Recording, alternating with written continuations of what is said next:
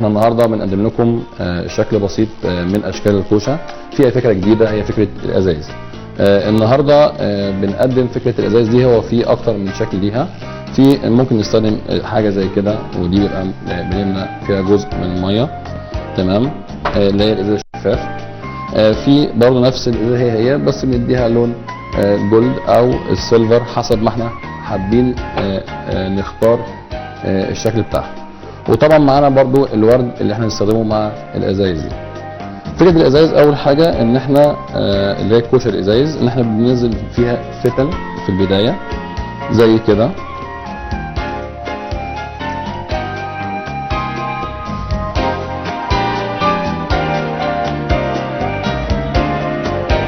هي بتبقى خلفيه بسيطه، مش خلفيه فيها بهرجه كتير او اشكال كتير من اشكال الورد، لان طبعا احنا عارفين طبعا ان الكوشه خصوصا فيها اشكال مختلفه كتير قوي قوي في الخلفيه.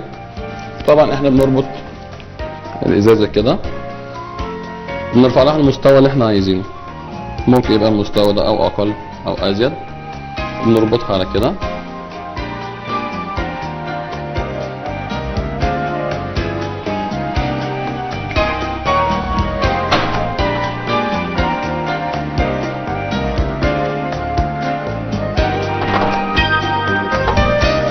طبعا احنا بنربط الازازه من فوق، بنربطها كويس جدا طبعا عشان خاطر ما تقعش، بنتاكد قوي ان هي تربط، وبنقص الطول بتاعنا اللي احنا عايزينه.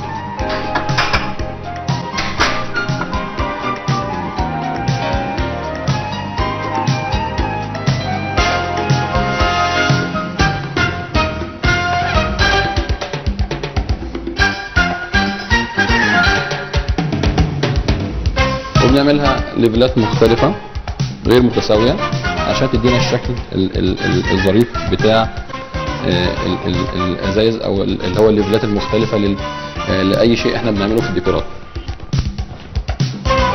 وطبعا يا جماعة طبعا بعد ما خلصنا الجزئية بتاعت الازايز، عايزين برضو نقول ملحوظة ان احنا مش هنعتمد على الازايز بس، احنا ممكن نضيف كمان برطمانات زي كده.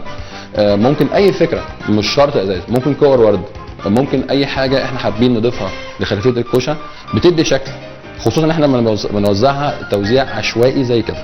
اوكي، طبعا بعد ما خلصنا بنبدأ نضيف عليها الورد اللي احنا معانا زي كده.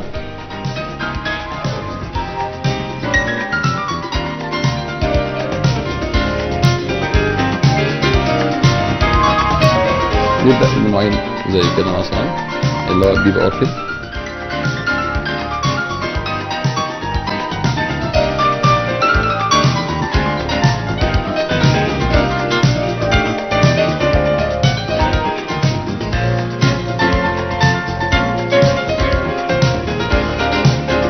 بعض الاحيان طبعا المتعارف عليه في الكوشه ان طبعا الشازلونج او السوفا بتبقى موجوده في نص الكوشه. لا، احنا النهارده هنقدمها بشكل مختلف، احنا هنحطها في جنب الكوشه، مش نص الكوشه.